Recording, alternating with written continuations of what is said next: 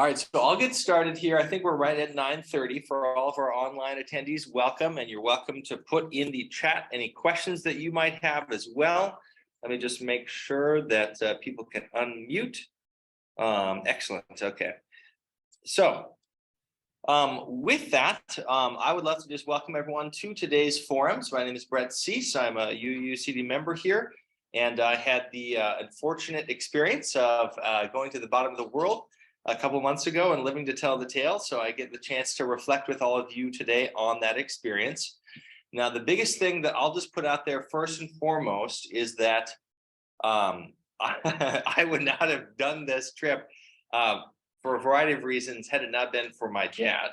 So I'm actually just going to skip ahead on a slide here. So this is who I went with, my dad and my sister. You do not have to go to Antarctica to live a fully self-actualized life. Let me just say that right now. You can absorb this vicariously in the next 30, 40 minutes and feel like you checked the box. It is incredibly resource intensive. It is incredibly, out of alignment with my own personal feelings around, lightening my footprint. It was definitely quite the contrast of experiences, given all of that. And yet I went, the long and the short of the backstory is that my dad had this very near-death experience in 2020, where he unfortunately had appendicitis, like a lot of us may have already had or will have in our lives. And for some reason, the doctor didn't take out his appendix. And he swore that he did. And so he was hanging around in the hospital for a whole week and a half with this infected appendage, slowly kind of leaking everywhere. Anyways, this is not a story about that, but he ended up getting a huge malpractice lawsuit and put most of it into this local community foundation, Bemidji, to help others cover their medical expenses in the future, to prevent, a lot of what he bumped into. But he kept enough of it for a bucket list of travel items, including this trip. So by way of this botched appendicitis, he was able to support the three of us. Apparently, he's always wanted to go to Antarctica. And so he asked my sister and myself to say yes to this trip 3 years ago. Back then, I did not know that I was going to have two boys. So I said yes, and Julia generously was able to basically look out for both of our sons. And then my mom has Huntington's, so she was also caregiving for her while we were enjoying this trip of a lifetime. So kudos to our better halves making our experiences possible. Here's to you, Julia. I know that this wouldn't have been possible without that. All right, so what I'm going to do basically in the next 20 minutes, maybe 15 to 20, is just share 15 to 20 slides. And then what I'd love to do is just invite each of you to think during that time. You probably came today with a question. What is it about Antarctica that you are curious about? And I'll do my best to answer those. I've saved most of our time today to talk through that. And the other thing that I'll just say is that basically I'm going to try to weave in climate. I'm going to try to weave in a little biology. I'm going to try to weave in some kind of breathtaking scenery. We'll see if I do any of those successfully. All right, so here was our route. Basically, so to get down to Antarctica, there's a variety of ways of approaching it, but the way that this research vessel kind of shuttles the researchers and the tourists that happen to kind of go along with them is you go to the very southern tip of South America. That's where Ushuaia is here. And then you basically get on a boat, and I'll show the boat in just a bit. And then you go through the Drake Passage. And what our tour did was drop people off or, check around kind of all of what is called the South Shetland island chain. Are there any Shackleton fans out there? Me too. I made sure that Julia did not read Endurance until I got back. And this is kind of Shackleton land here. So Elephant Island, if people remember that, where most of the crew was marooned waiting for them, right here. And then when he and Worsley and that whole team dead reckoned across the open ocean, that was right here to South Georgia.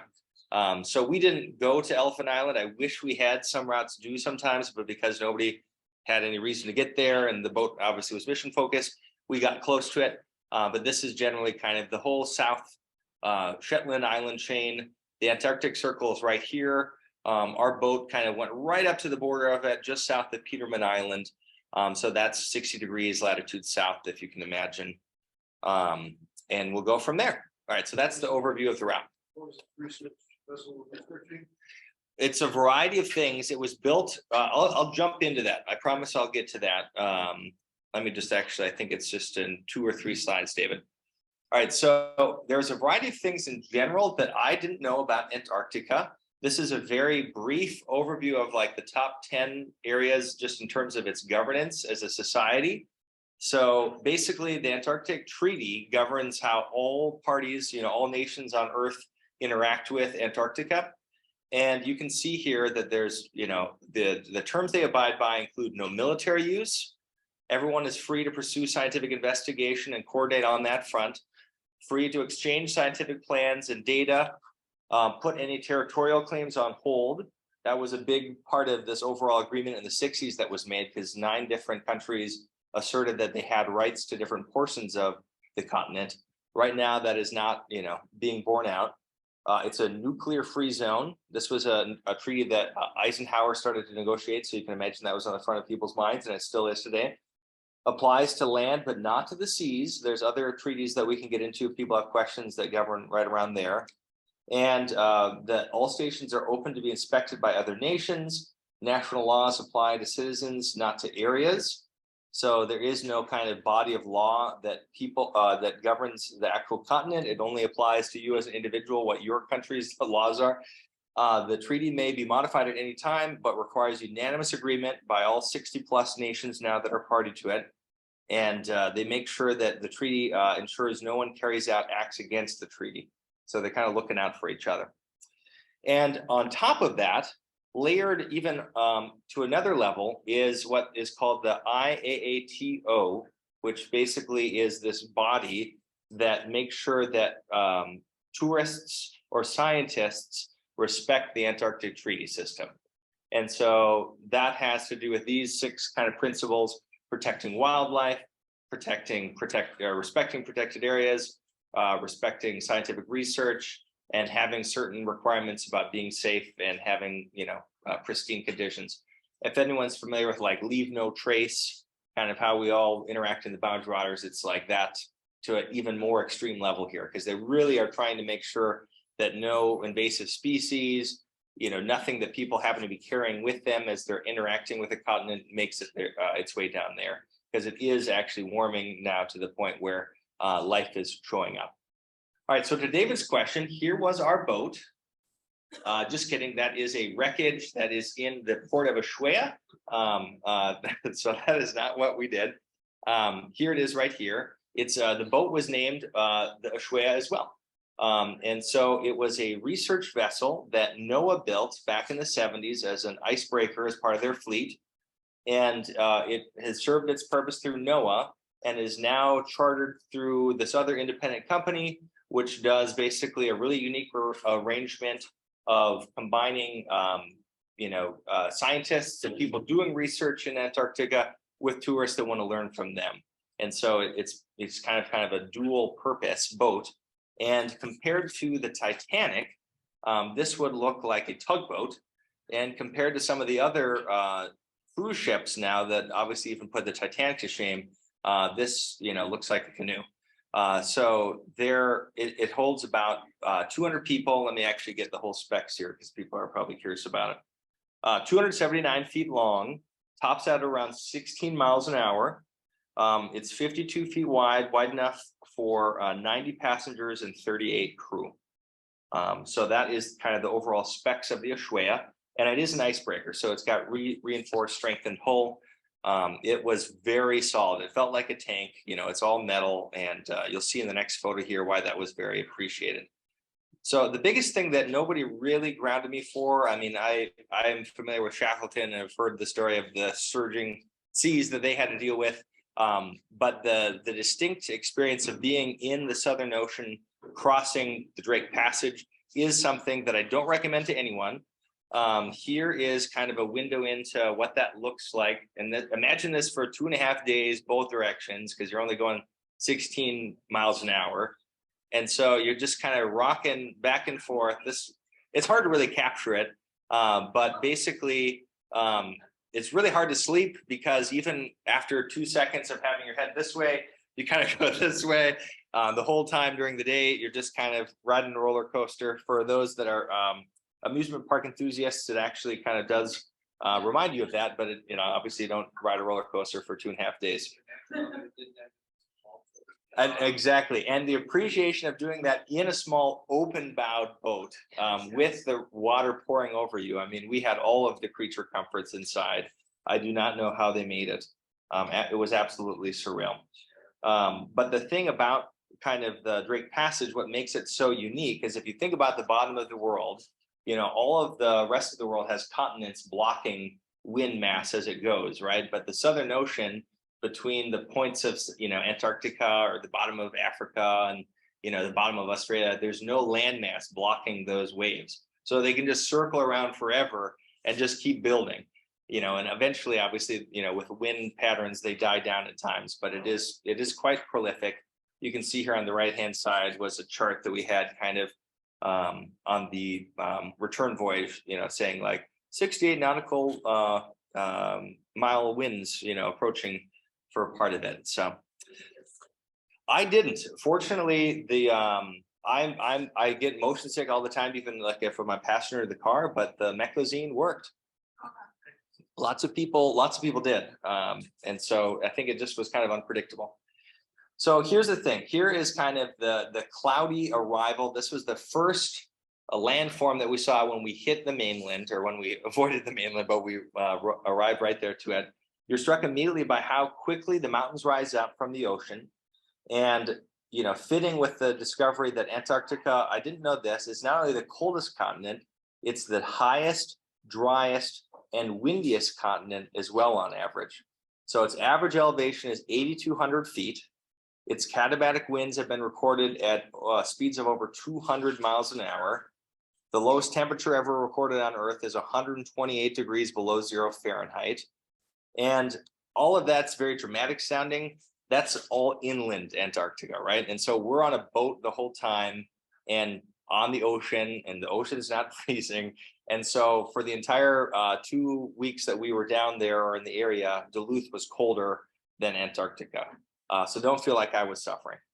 And I'm just going to check here. We see a little chat clarification. Could you repeat the questions from the audience? Yes, I will, Ronald. Thank you. I'll do that more intentionally here moving forward. All right. So speaking of just kind of some of those details around boat life, one of the best things about the Ushuaia here is that it had an open bridge policy, which just means that at any point during the voyage, you can actually hang out with the captain and watch them navigate. They didn't kind of block that off.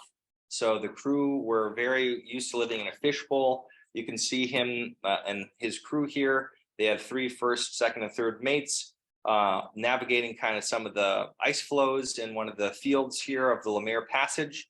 And you can see once we actually got to the protected shores of the South Shetland Islands, it was safe enough the whole rest of the week and a half we were down there to just be out on the boat, in the open air, looking and taking in the whole beautiful expanse of all the islands. So once you're in the lee shore and protected from those prevailing winds of the Southern Ocean, it is, we spent, 12 hours a day outside just taking it in because it's so unique and distinct. So the real workhorses of what we did were called Zodiacs. You can see here, they basically are these black inflatable mini boats here with a 60 horsepower outboard motor that take you off of the Ushuaia. You can kind of board them here, and then they kind of shuttle you around to any of the landfall sites. And they are just like super durable and also just kind of weird feeling because you're in this inflatable dinghy, a mile away from anything. And if the weather picks up, you kind of want to be back on the boat. So that is kind of how we got between the boat and the mainland. I've gotten that question a lot before. You can see here some of the other kind of shots in action of kind of how big the Zodiac is compared to the Ushuaia. The whole back bow had 10 of these Zodiac boats. So basically they were ready to get loaded up and kind of shuttle us from the boat to the actual place. This is at one of the overlooks we climbed up at. And then here's just another shot of the Ushuaia in action while we were exploring. So we went to 10 different landfall sites, some of them, to interact with the research station or to help the researchers that were there. Some of them just to sightsee. And basically, I can explore and talk about any of these in general. But what I'd like to do here for the second half before opening up to questions is actually just start from the bottom of the food chain up, talking about some of the animals or the wildlife that you'll see down there. So all of the Antarctic food chain depends on something that you've probably heard of, Antarctic krill. It's a specific type of species of krill. And anybody guess how many tons of biomass krill are around the Antarctic area?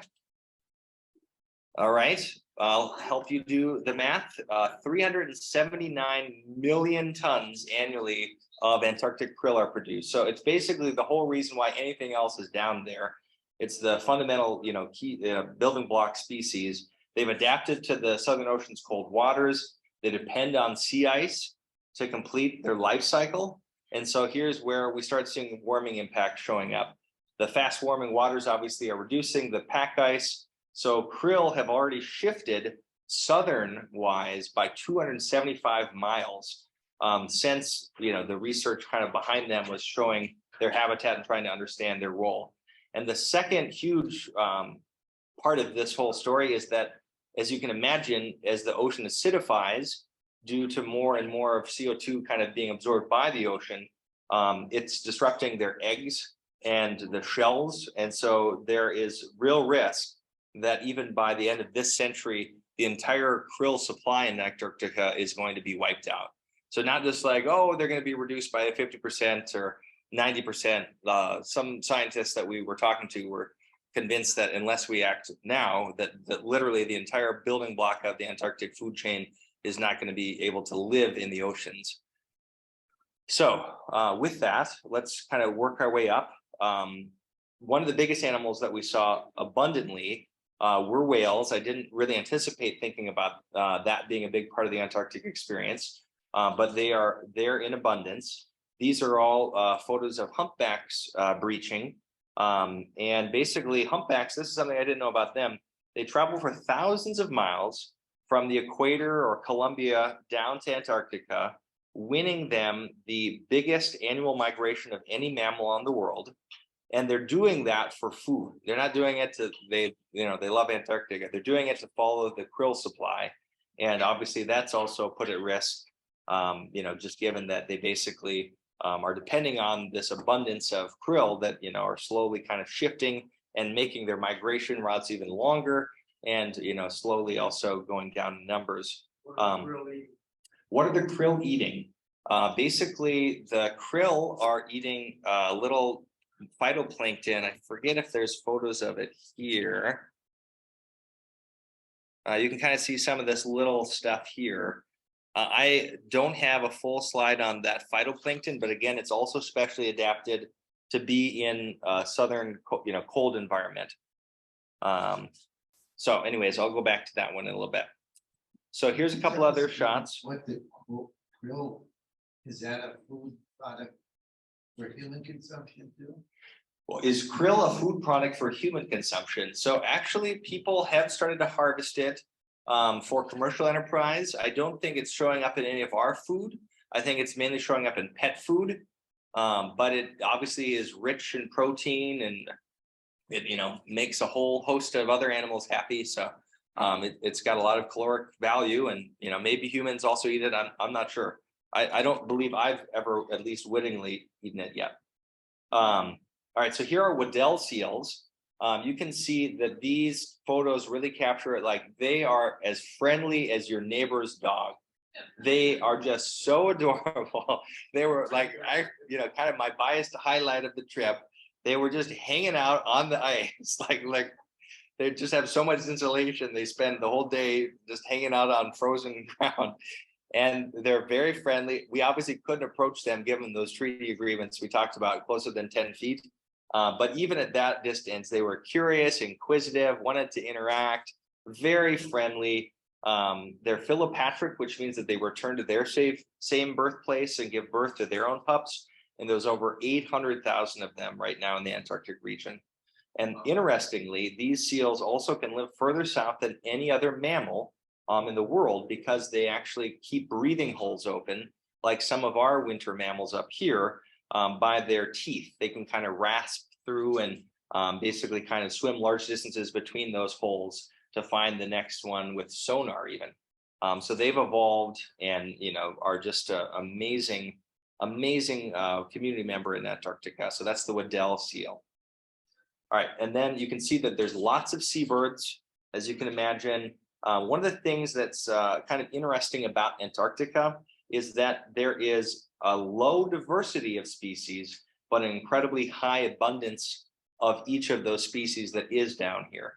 So any guess on how many species of birds are in that whole continent? Obviously there's hundreds, if not thousands, across most of the other continents.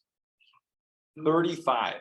There's only 35 bird species that, make it to Antarctica, or, basically evolved to be able to live there. But within those 35 species, there's 350 million birds. So, but, based on each bird, basically, on average, 1 million birds of each. And 65% of those are penguins. You got it. All right. So I can tell you a little bit more about some of the other seabirds, but everyone always wants to know about penguins. All right. So the 3 types of adorable penguins that we got to see, you can see here from left to right on the screen, are Gentoo, Chinstrap, and Adelie. Basically, this is again where climate change rears its ugly head. Rising temperatures on the Antarctic Peninsula are hammering all of the penguin species, but especially the ones here on the far right, the Adelaide penguin.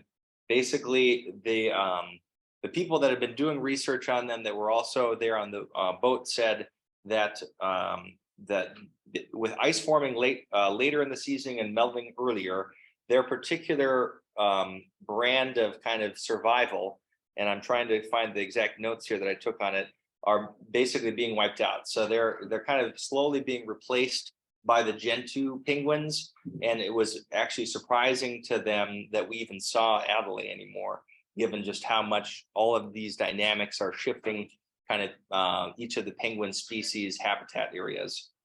And so the other amazing thing about the penguins, I'll tell you a couple other quick things, then I'll just open it up for questions here.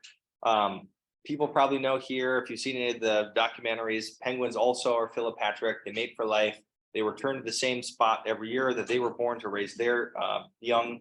And that you can see here on the left-hand side, the males, one thing that struck me, because I spent hours just on these penguin colonies watching penguin behavior, that was like the only thing to do some days, is that they just spend their entire day gathering rocks and then putting them on the nest of their partner, and then trying to pick off a rock of like a neighboring nest and give it to their partner's nest. And it just kind of, there's a metaphor there. There's a lot of human behavior that can be summarized on the same level. And they were very loving with each other. You can see just how nurturing they are of their young or their eggs. They were loving of their partner. They were not particularly fond of each other. And I'm sure, familiarity breeds contempt on some level. And the biggest thing that I'll just highlight that nobody ever tells you, at least they didn't tell me about this, is the number one impression that you are left with penguin colonies is the smell. So imagine, this colony has over 2 million mating pairs. There's no public sanitation system. They're all just hanging out there the entire season, 3 months plus. And NPR did a great story on this after I got back that I heard. Maybe some of you have heard this. To replicate this at home, boys and girls, what you can do is basically have take a used pack of cigarettes and then soak it with liquid ammonia, and then throw in some rotten shrimp and put it in like a big bottle, and then leave it on like a windowsill, expose the sun for 3 days and mix it up a lot. And then at the end of that week, open up the bottle and take a big whiff. And that's what you're stuck with the whole time you're there, because it is just very, very prominent. But they're so happy. They're just clearly living their lives and oblivious to the fact that it might smell a little different. So here's a few more penguin shots just to get an impression of how many colonies there are. Everywhere there was actually open rock, there were penguins. You can see they have little penguin highways even. They follow, their own path very well. Here's one of them kind of stumbling along. If I have time, I'll try to get a couple of videos here. So here I've got two more sections, and then I'll open it up for questions. One of which is talking a little bit more about the research. So in addition, obviously, to all the wildlife, we got to experience different research stations. Here's Base Brown. Its scientific overlook on Paradise Harbor is this bottom part from an overview that we hiked up to. This station, like many of them, dates back to the 50s. You can see, it's not the most habitable conditions or quarters. Basically, this one is particularly known for publishing over 100 scientific papers on oceanography, sea ice glaciology, and biology by the Argentinians. And what's interesting about Base Brown is that the original structures were later passionately burned down in the 80s by a doctor that was ordered to stay the winter so that he would be forced to be rescued. So I'm guessing that kind of approach of creative ways to make sure that you don't overwinter in Antarctica was taken a lot. This happened to literally burn the entire base down in the 80s. And that is also one of the things that was very notable, as while we were there, obviously in the middle of January, there was 1 hour of darkness. So I can imagine the exact opposite of that being quite impactful, because it really screwed up your circadian rhythm. All right, so next thing I just wanted to highlight, as we returned back northward, we made one final stop at Michelson Harbor, which was an old whaling station that had long been abandoned and left to age, with whale boats and whale bones here on the beach that you can see. And it was really kind of a reflective opportunity to start thinking about and contemplating the passage of time, right? How recent humans have basically started to get to know Antarctica, and yet what an impact they're already having there. We're talking about everything in the last 100 years, and just really getting a witness to how all of these species have evolved over millions of years to have that kind of sense of interaction with each other. And just to also put this in context, alongside of recent human history, we witnessed throughout our travel hundreds upon hundreds of icebergs. And they were floating in the open cold channels of the ocean, as you can see here, often because as calving happens, as warming accelerates, more and more of them are, departing from the overall ice masses. If you're looking at those and just reflecting, these are ice masses that were composed from snow that had landed basically since before the dawn of humankind, now just sitting there dissolving in the ocean. And even though through our own faraway greenhouse gas pollution here in the US, NASA estimates here, as highlighted, that Antarctica is losing 150 billion tons of ice mass annually. So that is quite striking, and we were right in the front and the thick of it, just seeing how much ice mass was melting. So that is a whole host of other photos that I took, just over and over again. A lot of the icebergs that we encountered. This was a particularly beautiful arch. And what I'll do is I'll close with this. So time obviously can be both long and short.